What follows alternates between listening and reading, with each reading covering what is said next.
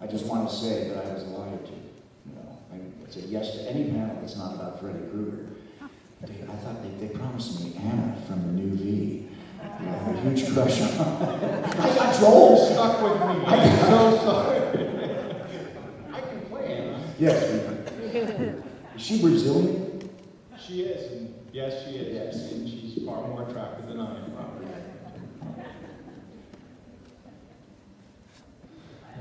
Are we doing Q&A or are we prepping Q&A? Tell us a story. Tell us a story. Well, I'd like to say, this gentleman next to me is in two of my favorite semi-underrated science fiction projects. I'm presuming, of course, that this audience is sci-fi centric. But Minority Report and Taken are just terrific projects that I love and deserve, both of them deserved a wider audience, although they were critically acclaimed. And I was telling Joel in the car over there, in the 4 hours we sat on Martin Luther King Boulevard, that his makeup work, I don't think it was done by the same person, but that the makeup work on Taken was just incredible. And the aging on that, I think, is about the best I've seen, even superior to some of the great Dick Smith work from the 80s.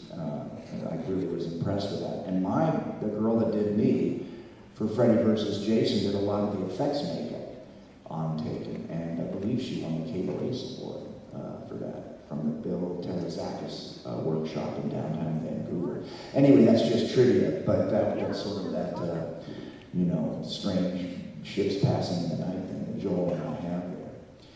We want to open this up for Q&A, or Joel, you got a good dirty joke? Two guys walk into a bar. You see this really attractive. But it's funny when they told me that I was going to do the panel with Robert, I was like, with me? Maybe I should be in the audience. And that's what's beautiful about this is coming to these events for us is that you can be a fan also. I'm a huge fan of his, so it's a treat to be up here with him. And Joel jumped in the truck on the way over, and every time I see him, he's got except for V, the young cute priest, he's got a little bit of gray, around his ears. They made him play over. Here's this kid sitting next to me, this guy, yeah. And it's strange. I'm sure you've gotten this, but now I'm going to really date myself, and I want all of you to forget the TMZ funny, jokey rest photo of Nick Nolte. But when I first started, my first big break was in this state. And I starred with a terrific director named Daniel Petrie. And his sons have directed a million movies that you know, including Beverly Hills Cop and also some genre work. And Daniel's a Canadian, and I worked in Statesboro, down the road a bit here from Atlanta. Allman Brother country. Lots of Georgia peaches. And the movie was a huge, huge hit. It was such a big hit that the producer, Ted Mann, bought every Fox theater.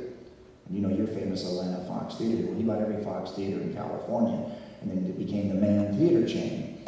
And they ripped this movie off after we did it, with a pretty decent movie called Macon County Line, another Georgia-centric film, starring this kid, good-looking kid, who could have been your brother. I mean, you guys were twins back then. Nick Nolte, when he was really a young actor coming up. And I had my first dramatic success working with a young director who moved to Phoenix.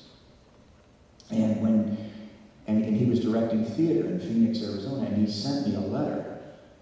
And this was after we graduated from college and I was living in Hollywood. He sent me this letter and said he's sending this kid out that he'd been working with to do a William Inge play. It's the guy that wrote Picnic, the famous movie Picnic with Kim Novak. And he was sending this kid from Phoenix to LA to do a off Hollywood theater production, and the kid was Nick Nolte. He did Macon County Line, and that's what put him into Rich Man Poor Man. The rest was sort of history for Nick. But it's a weird connection to Georgia, and to Statesboro, and to a lookalike. So anyway, we got to start talking about V now. I think there's too much digression here. Does anybody have any questions? Anything they'd like to know about either old or new V?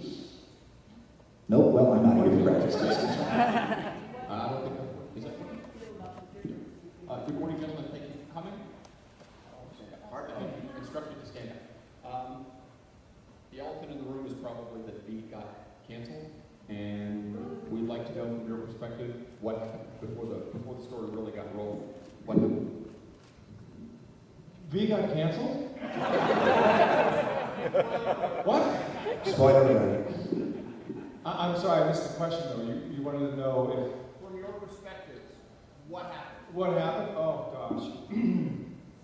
You know, we had a little bit of a bumpy ride with this reimagined version of V, because we were filming the third episode in Vancouver, and we got a call from the executive producer saying we're going to the studio's shutting us down for several weeks because they were not, network and studio were not happy with the scripts that were coming in. It was a surprise to all of us actors because I was thoroughly enjoying it. It was very surprising. And they did some writing changes, and then we went off the air, and then when we came back on the air, there was a delay, and we lost a lot of viewers. It's some strategy that studio networks do that I don't quite fully understand. Neither do we. Yeah. So our backs were against the wall when that happened, and we didn't, it was hard to get the viewers. And I understand also for people who would leave, because you don't know if the show's going to come back, why would I invest my time?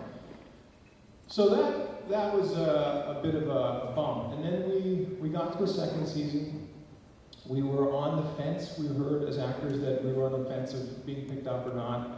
ABC had a president chain of command change, and they might be, and they had a whole slew of new pilots they were doing. So we didn't know. They kept us in the dark up until the last moment. Contractually, as actors, we have a certain date that they let us know, that they have to let us know to pick us up or let us go. But that was after, you know, all the other new shows were coming on, and we were kind of stuck, and they let us go, unfortunately.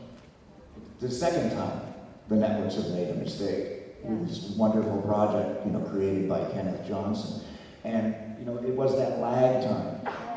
What they don't realize anymore, they think that because we're attention span deficit because of the new technology, they don't realize that one of the great things about television is that there's a comfort food aspect to the formula of television.